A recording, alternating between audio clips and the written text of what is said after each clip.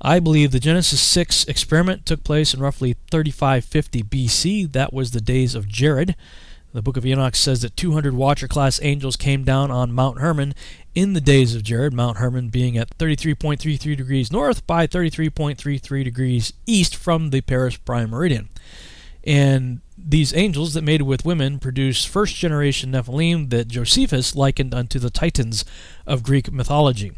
Now, after that happened, the Watchers were judged severely for a great sin. We see in 1 Enoch chapter 10, 9 through 12, "And to Gabriel said the Lord, proceed against the bastards and the reprobates and against the children of fornication, and destroy the children of the Watchers from amongst men. Send them one against the other, that they may destroy each other in battle. For length of days shall they not have, and no request that they make of thee shall be granted unto their fathers on their behalf. For they hope to live an eternal life, and that each one of them, the Nephilim offspring, will live 500 years. And the Lord said to Michael, Go, bind Simjaza and his associates, who have united themselves with women, so as to have defiled themselves with them in all their uncleanness. And when their sons, the Nephilim offspring, have slain one another, and they, the Watchers, have seen the destruction of their beloved ones, bind them, the Watchers, for 70 generations, remember that, in the valleys of the earth, until the day of their judgment and of their consummation, till the judgment that is forever and ever is consummated." So, we see here that the Nephilim offspring were loved by their parents, the Watchers, and part of their severe judgment was to watch their offspring annihilate each other in a massive civil war that the Greeks later stylized into what became known as the Clash of the Titans. If you've seen those movies, I think they did a pretty good job of at least capturing the essence of what we know from Greek mythology, from like the writings of Homer, Odyssey and Iliad and all that kind of stuff. So, the event, what I call the Genesis 6 experiment, that took place about 1,200 years before the flood of Noah. And then within 500 years, the first generation Nephilim had killed each other off. So that's what we see here in this graphic. Them coming down, the rule of the first generation Nephilim, 500 years. In that time, they have a civil war. Sort of early on and all that, Enoch is born. He lives 365 years. And then the end of the 500 years happens, right in here. First, we have the appearance of the Mayan calendar, the Aztec calendar stone. That shows up at 3114 BC. Then, very shortly after that, about 25 years or so after that, is the death of Adam, the first human, dies. And then, shortly after that, within 20 years or so, is the end of the 500 years. That's when the first generation Nephilim have killed each other all off. By that time, shortly thereafter, the Watchers, their parents, who had to watch their offspring kill each other off, they were judged, bound, and buried, sometime shortly after that. And then shortly after that, Enoch is raptured, and that takes us up to about 3000 BC by the time all that has happened. And Noah's born about 78, 80 years or so after that, in a time of peace, and his name means rest. That's what Noah's name means. Well, it just makes sense. If you're born, Lamech's name meant despairing. Well, Lamech was born right in the middle of the Clash of the Titans. So if you're living through that, that's a pretty despairing time. Noah's born after the Clash of the Titans and after the Watchers have been judged, bound, and buried, after all that's over and after Enoch is raptured, and his name is called Rest. So, this begs the question, if the angels and their offspring were judged, why did Yahuwah wipe out the world with a flood 700 years later? Well, this is where I find value in what I call the synchronized, biblically endorsed, extra-biblical text. Genesis gives us a really high-level Cliff Note version of everything that happened. Genesis is a pretty short book, but it covers a very long period of time. But when you add in other books like Enoch, Joshua, and Jubilees, for instance, they help to flesh the story out, give you a lot more detail than what we get just in Genesis. And I published all those in a volume by the title, Genesis and the Synchronized Biblically Endorsed Extra-Biblical Text. And this particular book features an introduction by me, and it has the book of Genesis in both the King James as well as the Septuagint, side by side, like a parallel Bible, so you can compare, because there are some notable differences between the King James and the Septuagint. And then the full volume of First Enoch, the first book of Enoch, and also Joshua and Jubilees. And some people have given me flack for the cover on here, especially since I've started embracing biblical cosmology. Well, first of all, this book was published in 2013. I didn't get into even looking into biblical cosmology until 2015. And they're saying, well, why do you have a globe on the cover? Well, because this was before I researched that. But now, rather than redoing this, I'll say, yeah, it's not a globe right there. That's the circle of the Earth as just viewed at an angle. See? So this is the outer rim of the circle. And actually, it's kind of interesting because I've got this bright star right here.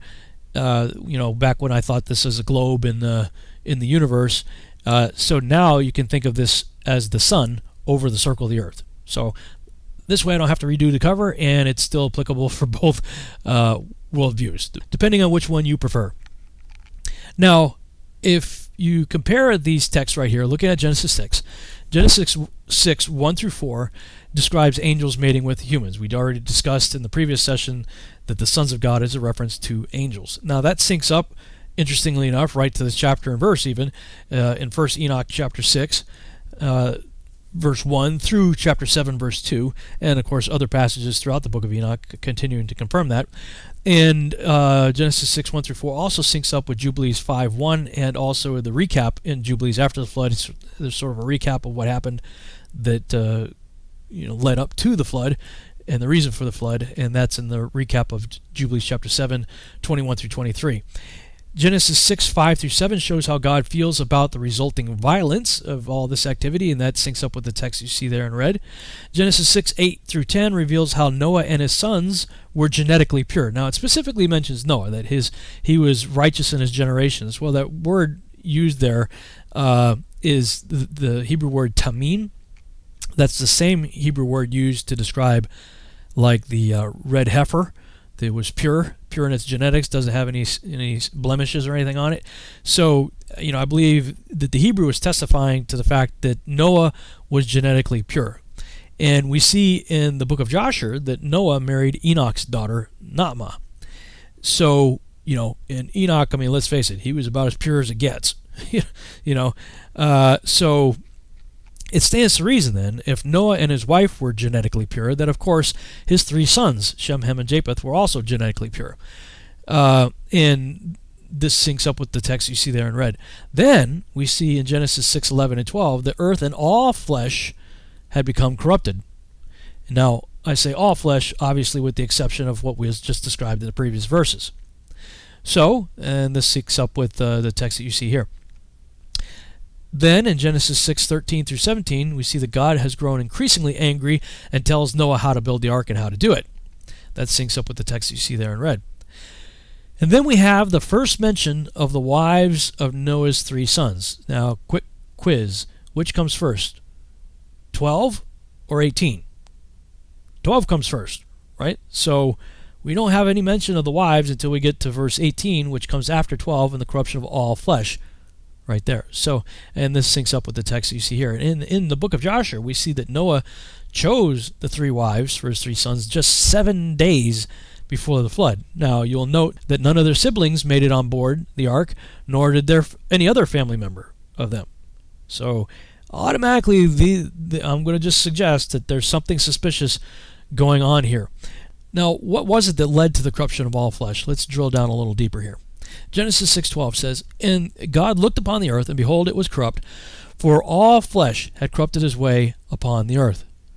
Now, Joshua 4:18 expands on this and says, "And their judges and rulers went to the daughters of men, and took their wives by force from their husbands according to their choice. And the sons of men in those days took from the cattle of the earth, the beasts of the field, and the fowls of the air, and taught the mixture of animals of one species with the other, in order therewith to provoke the Lord. And God saw the whole earth, and it was corrupt, for all flesh had corrupted its ways upon the earth, all men and all animals." Now that syncs up to Jubilees 7:24. Now the after this of Jubilees 7:24 is the same as the after that of Genesis 6:4. In Genesis 6:4, the Nephilim were in the earth in those days, and also after that. After what? This is in a pre-flood context. The after this of Jubilees 7:24 is in a pre-flood context, and it's the same as the after that of Genesis 6:4, which is also in a pre-flood context. We'll get more into that shortly. And after this being the act of the angels coming down and mating with women, they sinned against the beasts and the birds and all that moveth and walketh on the earth, and much blood was shed on the earth, and every imagination and desire of men imagined vanity and evil continually. This is, as Paul Harvey would say, the rest of the story of what was going on in Genesis 6:12. This unpacks Genesis 6:12 and lets you know more detail what was going on there. Now, interestingly enough, there's an episode of Ancient Aliens, I think it was called Alien Breeders, I believe was the title of the episode, where David Wilcock is talking about a study that was done that said something happened in 3000 BC that altered the genetic timeline, and that something happened in our DNA. He was citing the work of Dr. John Hawkes, saying something happened to our DNA around 3000 BC, and he asked the question, what happened there that changed the human genome by as much as 6%, I believe. Well, when I saw this episode, I was kind of freaking out because I'd already created this chart, and this is the expanded version of the chart I just showed you at the beginning of this session, where you had all this activity taking place. We see by 3000 BC that all this stuff is kind of wrapping up, but I believe that the first generation Nephilim, the Titans, Josephus likens the first generation to the Titans, that they had offspring also. They mated with each other and had offspring. Perhaps they mated with normal humans and created offspring. In the Greek myths, that there are the Titans, but then we see also that there are Olympians, sort of a next tier down version of the gods, and then they start mating with each other and create other Olympians. They start mating with humans and creating demigods and stuff like that. So you see these lesser tier Nephilim offspring showing up in multiple myths. You find the same thing, even going back to the earliest Sumerian myths and stuff like that, with Anunnaki and then the Agigi and stuff like that.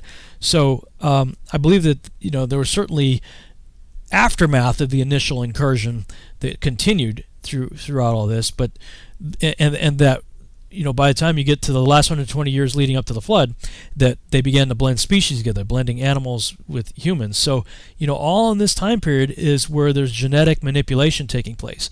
Something is tampering with the genome here. And, Ancient Aliens, I don't agree with their conclusions, because their conclusion is everything the Bible is really talking about aliens from outer space.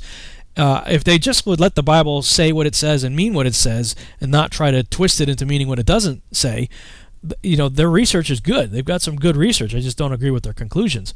So anyway, that's what I see going on there. It was interesting to see that was confirmed in the research of various people looking into stuff on Ancient Aliens.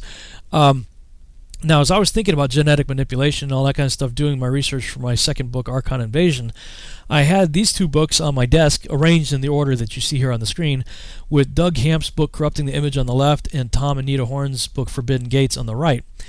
And, many scholars who look into the subject of the Nephilim, they believe that Nephilim are only the byproduct of angels mating with women. And that's certainly true, that when an angel mates with a human, you get Nephilim.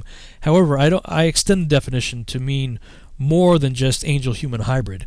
The word Nephilim is plural. It comes from the singular nephal, that means to cast down, cease, die, let fail, be judged, lay, cause to lie down, be lost, overthrow, overwhelm, perish, make, to rot, smite out, throw down. It's all not good.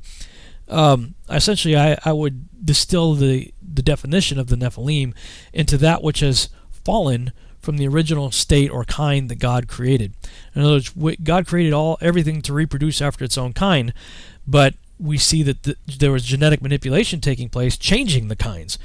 And so to take the title of these books, and this is sort of what it just kind of leaped off the table at me, is looking at these two books and the titles of these two books in the order that they're arranged here, I started to think, wait a minute, what if corrupting the image that God originally created and called good leads to opening up forbidden gates that brings about the creation of Nephilim?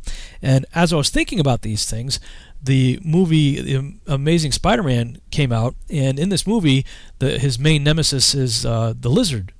And the Lizard was a guy who was a scientist who had lost part of his arm, and he was wondering, what's the genetic code? Lizards, that you can chop their tail off and it grows back. What's the genetic code for limb regeneration? So he starts cutting off the legs of mice and experimenting, grafting in lizard DNA to mice DNA, until finally he gets a viable subject. It works. The arm grows back, so he decides to test it on himself, and injects his stump, and his arm grows back. Yay! Awesome!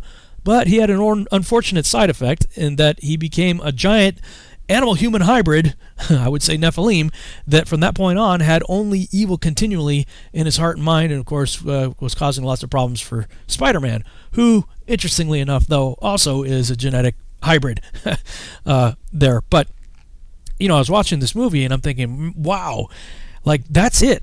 That's what, because I was wondering what led to men having only evil continually in their heart and mind. Now, I mean, there have been a lot of evil people throughout history, but did they only think about evil all day long, every day? Or did they actually have tender moments with their friends and family and, in their own twisted way, feel like they were justified in the evil that they were doing? I think when it says that they had only evil continually in their heart and mind in Genesis, that really meant what it said, that something happened similar to what happened to this scientist in the Spider-Man movie. I mean, he started out with good intents, with good intentions. He was a doctor, and he lost, in the comic book, I believe it said that he lost part of his arm in combat. I think he was a combat medic or something. At any rate, he was an amputee, and of course, wanting to have his arm back like he used to have it, and wanting to help other people that have to deal with the same type of handicap. He starts off with good intent. Well, I mean, you could chop the tail off of a lizard and it grows back. So maybe if I figure out that code and I can inject it into the human genome, then people can grow their limbs back. So he starts off with seemingly good intent, but the side effect turned him into a Nephilim, animal-human hybrid, and he had only evil continually from that point on. So I believe that they're right on target. I believe that that's what was going on in the pre-flood world. And after the first generation Nephilim had killed each other off, it was the creation of the animal-human hybrids that brought them back. So that's why I refer to it as the pre-flood return of the Nephilim.